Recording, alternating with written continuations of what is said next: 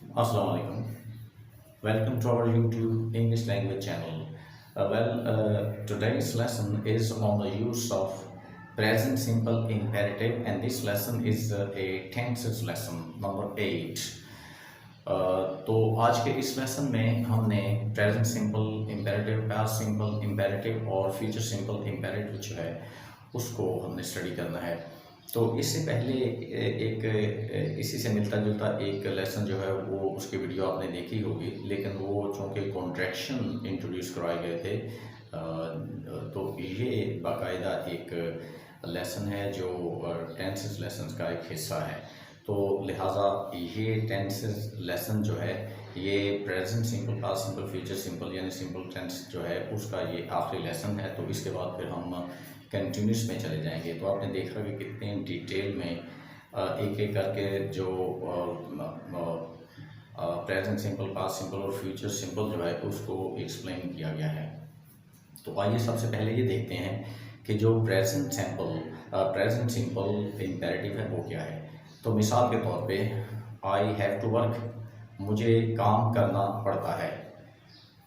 तो इसी का मीनिंग ये भी है कि मुझे काम करना है। आई हैव टू वर्क, मुझे काम करना है या मुझे काम करना पड़ता है। अच्छा, फिर पास्ट सिंपल में चलते हैं। आई हैड टू वर्क, मुझे काम करना पड़ा या मुझे काम करना पड़ता था। फिर future, I will have to work, मुझे काम करना होगा या मुझे काम करना पड़ेगा।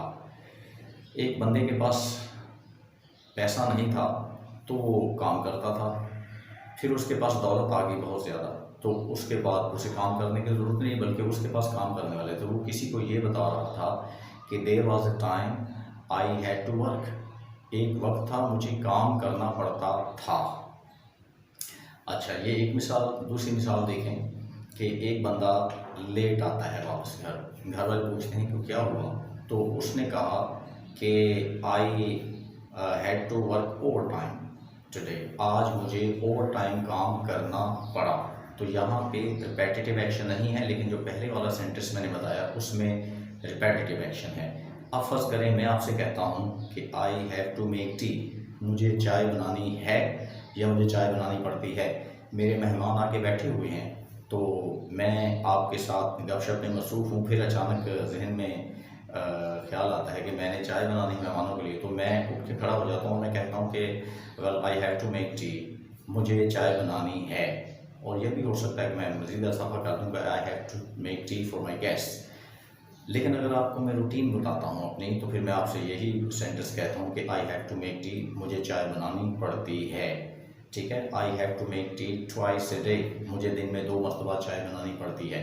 तो ये है इसका यूज़। अब देखते हैं कि सबसे पहले देखते हैं कि इन्फिनिटिव यूज़ ऑफ वर्ब जो है वो क्या है। जब हम देखें, ये देखें कि जब हम वर्क को उसकी बेसिक फॉर्म में बोलते हैं तो क्या करते हैं कि to earn money we work, पैसा कमाने के लिए हमें काम करना पड़ता है। या यहाँ पे अगर हम इस स्टाइल से लिखेंगे तो फिर हमें यहाँ पे कॉमा लगाना पड़ेगा। फिर उसके बाद हम इसी को इस अंदाज से भी लिख सकते हैं, we work to earn money, हमें पैसा कमाने के लिए काम करना पड़ता है। तो ये टू अर्न ये इन्फिनिटिव यूज़ है, यानी टू के बाद वर्ब अपनी बेसिक फॉर्म में आ रहा है। अच्छा, फिर उसके बाद टू अर्न यहाँ पे ये अपना इन्फिनिटिव यूज़ वर्ब का। और फिर यहाँ we have to work, we have to walk, हमें पैदल चलना पड़ता है, टू वॉक, तो ये इन्फिनिटिव यूज़ है। इसका मतलब ये हुआ कि ये टू वॉक ही रहेगा, चाहे टेंस चेंज हो, टेंस चेंज यहाँ होगा। मिसाल के तौर पे to earn money we worked, यहाँ पे टेंस चेंज हो जाएगा। और अगर फर्स्ट करें यहाँ होगा तो we work to earn money, तो यहाँ पे ये जो है ये टू अर्न टू वॉक ये इसी तरह ही रहेंगे। तो चेंज इसके ऊपर आ जाएगी, इसके ऊपर आ जाएगी और इसके ऊपर आ जाएगी। ठीक है, तो ये है इन्फिनिटिव यूज़ ऑफ वर्ब। अब हम ज़रा बोर्ड पे चलते हैं और देखते हैं कि ये किस तरीके से इसको एक्सप्लेन किया गया है। तो अब देखें, ये है प्रेजेंट सिंपल, ये है पास्ट सिंपल और ये है फ्यूचर सिंपल। तो आई हैव टू वेट, मुझे इंतज़ार करना पड़ता है, या मुझे इंतज़ार करना पड़ता है, या मुझे इंतज़ार करना है। आई हैड टू वर्क, मुझे इंतज़ार करना पड़ा या मुझे इंतज़ार करना पड़ता था। I will have to work, I will have to wait, मुझे इंतज़ार करना पड़ेगा, ये फ्यूचर हो गया। अच्छा, उसके बाद फिर यहाँ पे आ जाए, वी हैव टू वर्क, ये देखें, वी हैव टू वर्क, हमें काम करना पड़ता है या हमें काम करना है। वी हैव टू वर्क, हमें काम करना था या काम करना पड़ता था। और we will have to work, हमें काम करना होगा। फिर उसके बाद यहाँ पे आ जाए, यू हैव टू प्ले, आपको खेलना है या आपको खेलना पड़ता है। यू हैव टू प्ले, आपको खेलना था या आपको खेलना पड़ता था। और you will have to play, आपको खेलना पड़ेगा या खेलना होगा। फिर उसके बाद नंबर यहाँ पे आ जाए, दे हैव टू लूज, उन्हें हारना पड़ता है या उन्हें हारना है। दे हैव टू लूज, उन्हें हारना था या उन्हें हारना पड़ता था। और फिर they will have to lose, उन्हें हारना पड़ेगा या उन्हें हारना होगा।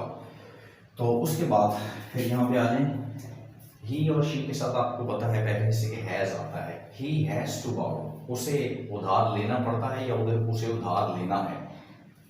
ही हैड टू बोरो, उसे उधार लेना था या उसे उधार लेना पड़ता था। और he will have to borrow, उसे उधार लेना पड़ेगा या उसे उधार लेना होगा। फिर उसके बाद यहाँ पे आ जाए, शी हैज़ टू लेंड, उसे उधार देना है या उसे उधार देना पड़ता है। शी हैड टू लेंड, उसे उधार देना था या उसे उधार देना पड़ता था। और she will have to lend, उसे उधार देना होगा या उसे उधार देना पड़ेगा।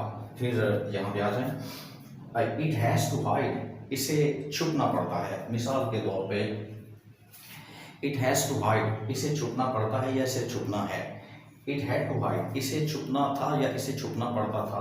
और उसके बाद it will have to hide, इसे छुपना पड़ेगा।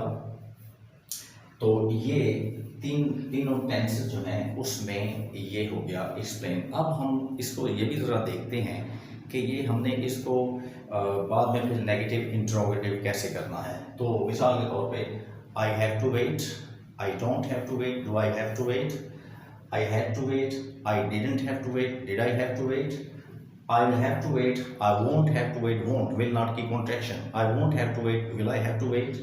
फिर यहाँ पे we have to work, we don't have to work, do we have to work, we had to work, we didn't have to work, did we have to work, we will have to work, we won't have to work, will we have to work. You have to play, you don't have to play, do you have to play, you had to play, you didn't have to play, did you have to play, you will have to play, you won't have to play, will you have to play. They have to lose, they don't have to lose, do they have to lose, they had to lose, they didn't have to lose, did they have to lose, they will have to lose, they won't have to lose, will they have to lose. फिर यहाँ पे she has to he has to borrow, he doesn't have to borrow, does he have to borrow, he had to borrow, he didn't have to borrow, did he have to borrow, he will have to borrow, he won't have to borrow, will he have to borrow. She has to lend, she doesn't have to lend, does she have to lend, she had to lend, she didn't have to lend, did she have to lend, she will have to lend, she won't have to lend, will she have to lend. It has to hide, it doesn't have to hide, does it have to hide, it had to hide, it didn't have to hide, did it have to hide. It will have to hide, it won't have to hide, will it have to hide.